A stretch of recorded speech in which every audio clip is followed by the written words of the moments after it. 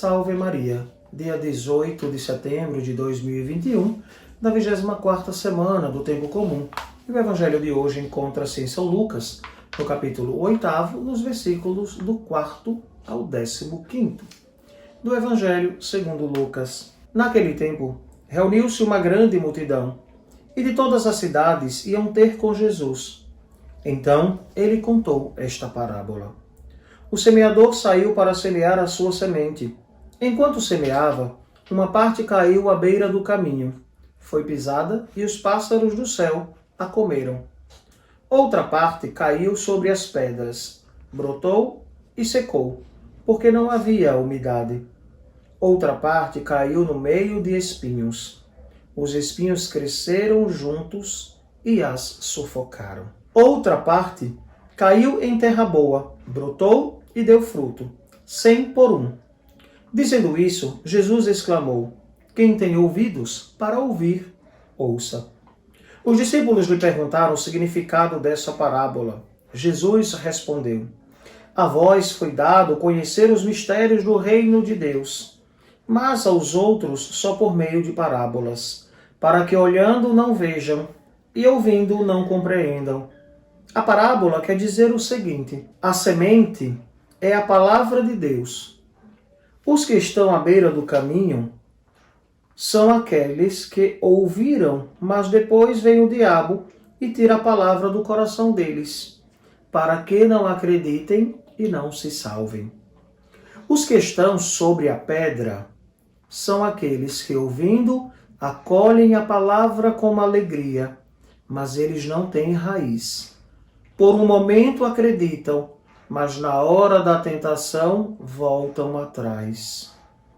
Aquilo que caiu entre os espinhos são os que ouvem, mas com o passar do tempo são sufocados pelas preocupações, pela riqueza e pelos prazeres da vida e não chegam a amadurecer.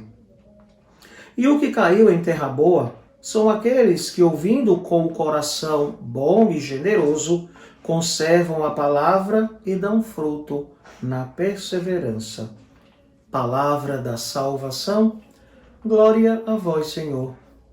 Caríssimos, neste sábado, dia dedicado a Nossa Senhora, Jesus nos traz, através do evangelista São Lucas, a parábola do semeador. É interessante, não é, percebermos o quanto os discípulos, não é, são lerdos para entender a palavra que Jesus está proferindo nesta parábola, não é? E Jesus é ele quem explica aos seus discípulos. E então vamos uma explicação e exemplificação destas sementes lançadas à beira do caminho. Então, claro, todos nós sabemos, não é, que a semente, não é, é a palavra de Deus. A palavra de Deus que é lançada. E sempre nós lançamos a palavra de Deus, só que sempre vai depender de como o seu coração acolhe a palavra. Porque a palavra continua a ser lançada na igreja, nas pregações. Depois, nas mídias sociais, nós temos o YouTube, nós temos as rádios católicas, nós temos a televisão, e a palavra é sempre semeada. E como é que você acolhe esta palavra, não é? Se você está com o seu coração aberto, a sua mente aberta, capaz de aprender, e lembrem do evangelho de ontem, não é? É necessário não somente escutar a palavra, mas fazer como o próprio Cristo nos ensinou, antes de falar, antes de proclamar, viver a palavra. Esta é a parte fundamental. E então, Jesus explicando a parábola nos diz: os que estão à beira do caminho são aqueles que ouviram, mas depois vem o diabo e tira a palavra do coração deles para que não acreditem e não se salvem.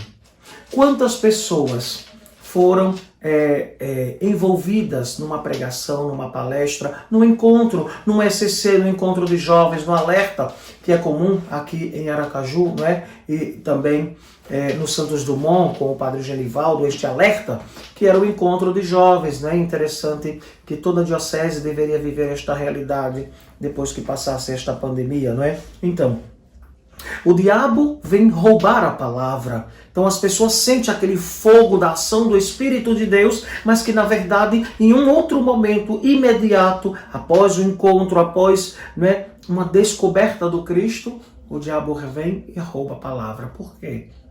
Porque a pessoa foi fraca, porque realmente não buscou uma conversão autêntica e verdadeira. E o diabo não quer que ninguém se salve. A segunda, né? Os que estão sobre a pedra são aqueles que, ouvindo, acolhem a palavra com alegria, mas não têm raiz. Por um momento acreditam, mas na hora da tentação, voltam atrás. Então, quantos jovens nós percebemos nesta realidade, não é? Quantas crianças fizeram a nossa catequese e fizeram a primeira Eucaristia. Muitas delas participaram do Perseverança, da infância missionária, mas o que aconteceu? As coisas do mundo seduziram, as paixões, os desejos da carne, não é? E a gente fica envergonhado de perceber que é nas escolas, não é, que começa esta descoberta no meio dos adolescentes e que se devia ter um cuidado muito grande, não é, para com os adolescentes, para que não se queime as etapas. As crianças estão amadurecendo cada vez mais cedo. E o que é isso? A sexualidade que tem sido aflorada. Como é que uma criança de 11, 12 anos engravida? Por quê? Porque se fala dessas realidades sem que a criança chegue a uma maturidade sexual, não é? Começa a falar e a criança quer descobrir estas coisas. E muitas vezes descobre do modo errado. Muitos pais, muitos tios, parentes próximos são culpados por aliciar os menores. E a gente precisa estar muito atento, cuidando das crianças, dos adolescentes, para que estas realidades não aconteçam, né, na vida da gente, na vida destas crianças. Depois, né, na hora da tentação, perdem a dimensão do sagrado, a dimensão do Cristo. Né? Se desesperam no caminho. E a primeira coisa que abandona é a fé. Em vez de se agarrar nela, cai. Seguinte, aquele que caiu entre os espinhos são os que ouvem, mas com o passar do tempo são sufocados pelas preocupações, pelas riquezas, pelos prazeres da vida. Né? O homem de hoje busca ter prazer. Prazer em tudo o que faz. O prazer de ter um telefone novo, o prazer de estar em todos os grupos do WhatsApp, o prazer de tantas realidades, não é, que a gente percebe.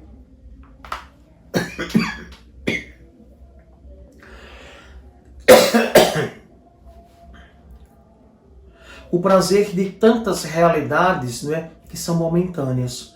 O prazer pelo prazer esvazia o homem. Amém? A riqueza. A que serve, não é, tantos bens? Qual a finalidade? Não é? A gente percebe que esta realidade dos bens não constrói, pois ninguém leva para a vida eterna os bens. Claro, ter o necessário para viver e viver bem buscando a felicidade em Deus. No mais, não faz necessário. Então, os bens nos ajudam a viver, mas não são o ponto fundamental da nossa fé. Então, outra realidade que é colocada diante de nós, né, é o que caiu em terra boa, que são aqueles que, ouvindo com o coração bom e generoso, conservam a palavra e dão fruto na perseverança. Então, ouvir a palavra, né, dar fruto na perseverança, e que com certeza o Senhor nos tem em conta. Né? O terreno bom, o terreno que acolhe a palavra, que ouve a palavra, que a medita e transforma num sentimento bom, numa obra. A carta, né, de São Tiago no domingo passado nos falava desta realidade. A obra que é realizada por meio da nossa fé. Não adianta ter fé, não adianta dizer que conhece a palavra de Deus se não a coloca em prática, se não vive a experiência de fé. Então, é necessário que nós vivenciemos a nossa fé através das obras. Então, a palavra de Deus, que é semeada no nosso coração, semeada na nossa vida, ela deve dar fruto e fruto de vida eterna. Então, caríssimos irmãos e irmãs, supliquemos ao Senhor que a cada dia Ele nos dê a graça de sermos um terreno bom, onde a palavra de Deus é semeada. E que também nós, a partir da palavra semeada em nosso coração, nós sejamos capazes também de anunciar a palavra, ou seja, nós também lançarmos a palavra de Deus, que é a semente. Mas não só semear a palavra, que sejamos testemunhas da semente que é a palavra de Deus, que é o próprio Cristo, o Verbo de Deus. Então, que a cada dia nós vivenciemos com fé, com esperança, a palavra de Deus que foi semeada no nosso coração e na nossa vida. Que assim seja. Amém. O Senhor esteja convosco. Ele está no meio de nós. Abençoe-vos o Deus Todo-Poderoso, que é Pai, Filho e Espírito Santo. Amém.